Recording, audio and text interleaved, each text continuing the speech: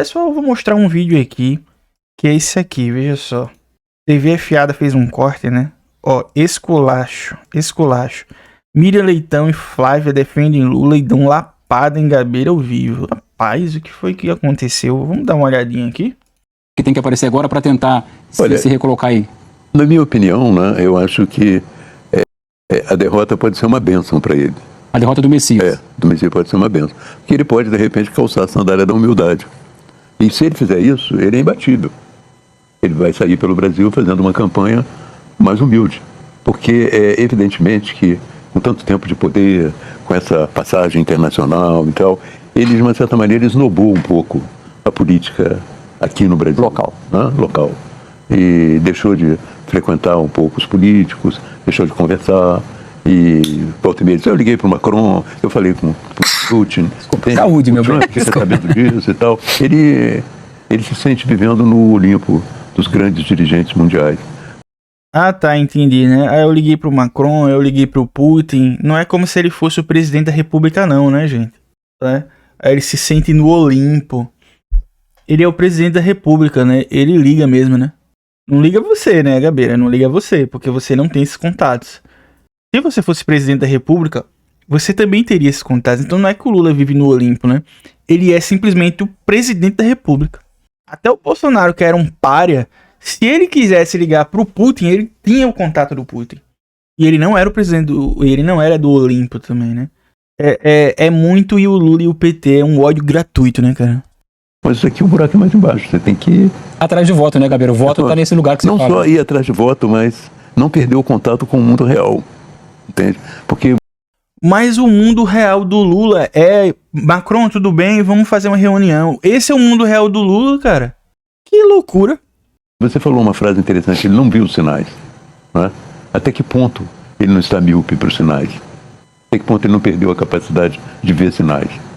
Ele tem uma boa definição sobre o que deve ser um ministro do Supremo escolhido por alguém. Ele fala nas campanhas, não pode ser amigo, né? Tem que ser alguma coisa republicana, de alto nível e tal. Mas ele fala uma coisa e faz outra. E se você examinar os 3 ministros que ele indicou, todos muito ligados a ele, quer dizer, não é muito diferente do Victor Urban, que é um cara da direita que quer dominar o Supremo.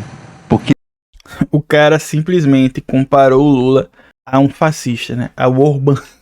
Cara, assim, tem condições, né, cara? Tem condições. É forçar a barra, né? É o meme, né? Tá vendo essa barra? Não força ela, cara. Não força ela.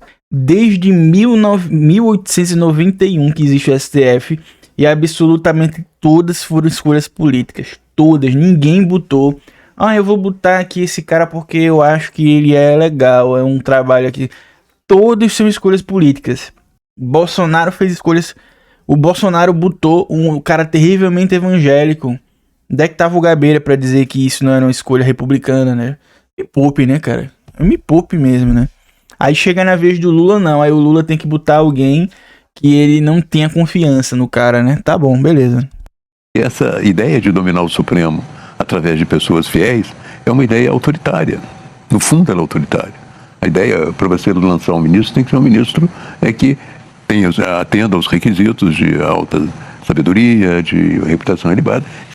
O Messias atendia, né? O Zanin também atende. O Dino também atende. Isso daí tá consumado, né? Tá consumado. Mas é aquele negócio, né? Só o Lula que não pode colocar quem ele quiser. Todo mundo pode. Mas só o Lula que é o Victor Orbán. Seja alguém que vai contribuir muito com o Supremo, entende? Então é o legado que ele deixa. É o legado de um grande Supremo. E o que nós estamos tendo aí é um Supremo cheio de dificuldades. Porque, assim, enquanto ele falava, eu fiquei pensando, né? Olha, você pediu para olhar para frente, mas é preciso, às vezes, olhar para trás para olhar para frente melhor. O Lula indicou Carmen Lúcia, por exemplo. Não tinha nenhuma ligação com a Carmen Lúcia. E a Carmen Lúcia é uma excelente ministra. José Sarney indicou Celso de Mello. Era do gabinete. Era do gabinete. Foi indicado por quem? O Teori Zavascki foi pelo... Teori Zavascki foi pela Dilma. E era um cargo, né? Ela indicou o Barroso, ela indicou a Rosa Weber. Fux. Rosa Weber foi ela também, não? Acho que... Mas a Weber foi ela também. O Fux ela indicou, eu sei. Fux, com certeza. Vamos procurar aqui enquanto você tem que pensar naqueles ministros que fizeram uma trajetória, uma jornada importante, como Celso de Mello. Ele foi escolhido pelo José Sarney. Ele pode se fazer, tem que fazer a escolha com esse olhar. Ele era do gabinete, próximo ao gabinete da Casa Civil, o Celso de Mello era o segundo, mas ele tinha sólido saber jurídico. Isso ficou provado ao longo de todo o período que ele esteve lá. Então é isso que tem que buscar. Achei aqui, Miriam. Dilma indicou, deixa eu só para lembrar os nomes, Dilma indicou, você tinha razão, pela ordem: Fux, Rosa Weber, Barroso e Fachin.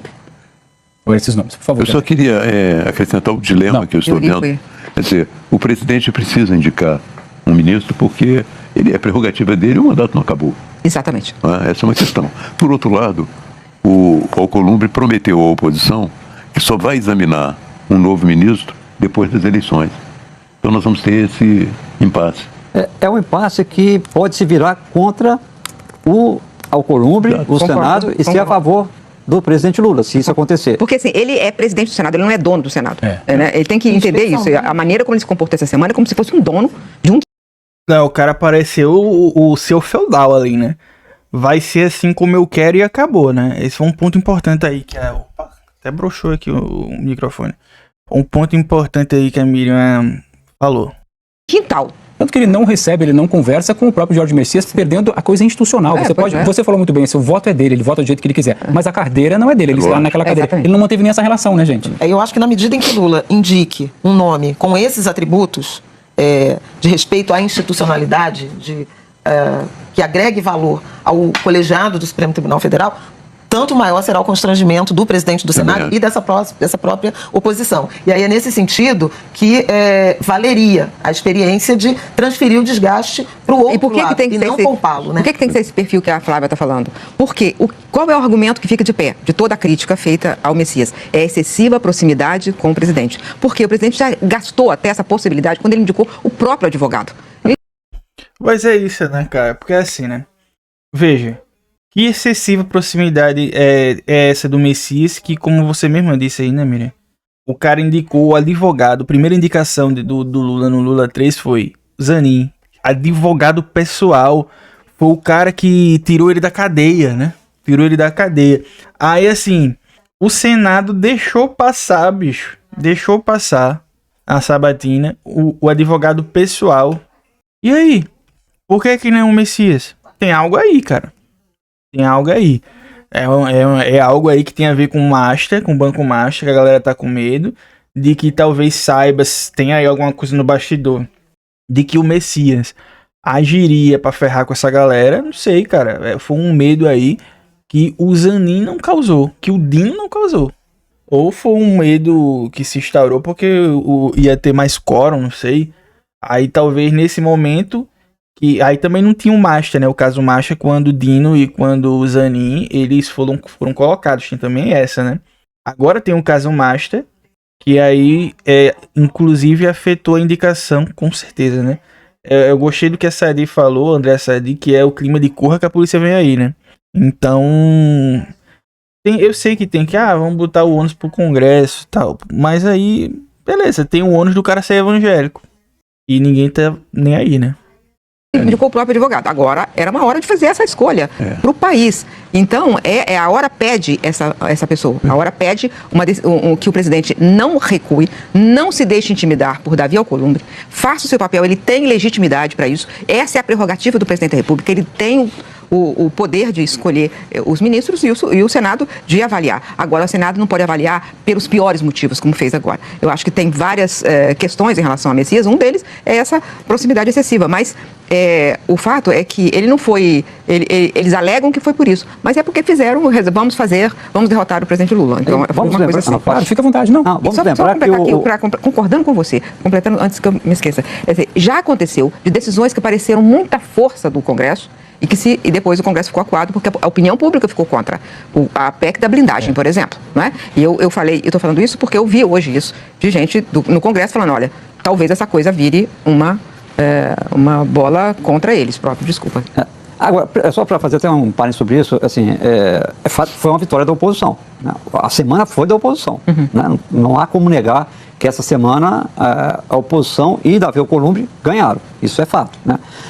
Agora, onde está a origem de tudo isso? Está no fato, eu me lembro quando o Lula assume, né, quando começa a se dizer sobre substitutos para o Supremo, nos bastidores que a gente ouvia, e todo mundo ouviu isso, eu não vou repetir os meus erros do passado, vou fazer que nem o Bolsonaro. Ele falou que ia copiar o modelo que o Bolsonaro adotou para indicar ministro supremo. E ele falou que errou. E ele citava o caso do Mensalão como eu. O Mensalão mostra como eu errei. Os ministros dele votaram contra. Eu acho que ele acertou, eu não acho que ele errou, não. Mas ele passou a achar que errou. E acabou chegando nesse ponto. A oposição diz que, está colocando gente dele. A Miriam falou isso para o Rogério Marinho. Na verdade, Bolsonaro é que fez isso também. Não tem diferença nenhuma entre os dois agora. O Lula não é um exemplo edificante. Não é porque o Bolsonaro não é um exemplo edificante. Ele foi presidente antes do Lula, cara. Ele vai tirar o... Não vai dar o exemplo. Por quê? Não é um exemplo edificante. Aí quando o Lula tem... Aí é foda, velho. O Lula tem que ser um exemplo. Aí o Bolsonaro é um ponto fora da curva. Não dá pra falar do Bolsonaro. Claro que dá pra falar do Bolsonaro, cara. Aí o Lula é diferente. O Lula tem que fazer... Pô, aí é... Todo mundo faz X, mas o Lula tem que fazer Y. Poupe, né? Os bolsonaristas estão argumentando isso. Pois é. Nem o Orbán, né? Eu acho que também legal comparar o Lula com as intervenções do Orbán no judiciário. Porque ele não tem traços autoritários. Eu acho que a gente pode chamar de arrogância, mas de autoritarismo, né? Eu acho que mas o resultado é autoritário. Eu discordo, Gabeira. Eu acho que você tem um conjunto de ministros que são ligados a você, entende? Que foram escolhidos por uma questão de fidelidade pessoal. Ele mesmo diz isso. Não, mas eu também questiono o método, mas eu acho que o compromisso democrático do Lula não está comprometido porque o Lula não é um golpista e o Bolsonaro era, objetivamente, declarado, inclusive. Agora... Exatamente. Para encerrar, exatamente. O cara tá chamando o Lula de Orbán, enquanto o Bolsonaro tá preso por tentativa de golpe de Estado. Esse Gabeira é um maluco, pô. É uma insanidade pra ficar no Lula e o PT, e o Lula e o PT. O antipetismo desse cara é no nível surreal, né? Tipo Demétrio, outro demente, né? Outro maluco antipetista que fica o Lula e o PT e o Lula e o PT. Aí começa a falar umas atrocidades dessa. Não, mas isso é autoritário. É igual o Viktor Orbán. Olha a comparação, né, bicho? Olha a comparação. Não, mas é autoritário. Aí, não, mas o Bolsonaro também fez. Não, mas o Bolsonaro é outra coisa. O Bolsonaro realmente é outra coisa, né? Tá preso por tentativa de golpe de Estado, né? Aí não pode não botar um cara que é da confiança dele. Não, tá bom, vamos botar alguém que é da confiança do Gabeira. Vamos botar a confiança de quem? Vamos botar da confiança de quem? Ah, me poupe. Me poupe. Vamos lá, gente. Fim do vídeo. Se inscreva nesse canal. Ajude esse canal a crescer. Ativa o sino. Hype esse vídeo porque vai dar um boost muito importante porque o meu canal é pequeno. Ele vai aumentar mais ainda se você hypar. Inclusive tem a opção de hype paga caso você queira e possa. Tem aqui também o Pix caso você queira e possa contribuir com o canal. Não se esqueça, se inscreva. Vamos fazer meu canal crescer. O movimento político aí da eleição tá chegando. Meu canal vai ter um boom aí. Com fé em Deus. Ajudem. Comentem aí também, porque o comentário é importante. Luan, não sei o que comentar. Comente bandeirinhas. Comentem bandeirinhas petistas. Comentem bandeirinhas do Brasil. Comentem carinhas assim, sorrindo. Não com a carinha de choro. Rindo e chorando. Porque vai parecer que você tá rindo da minha cara. Mas se você botar assim, aí eu vou entender que você tá gostando do vídeo. Ou então você bota Lula 2026, só comente que ajuda muito. Valeu, até o próximo vídeo.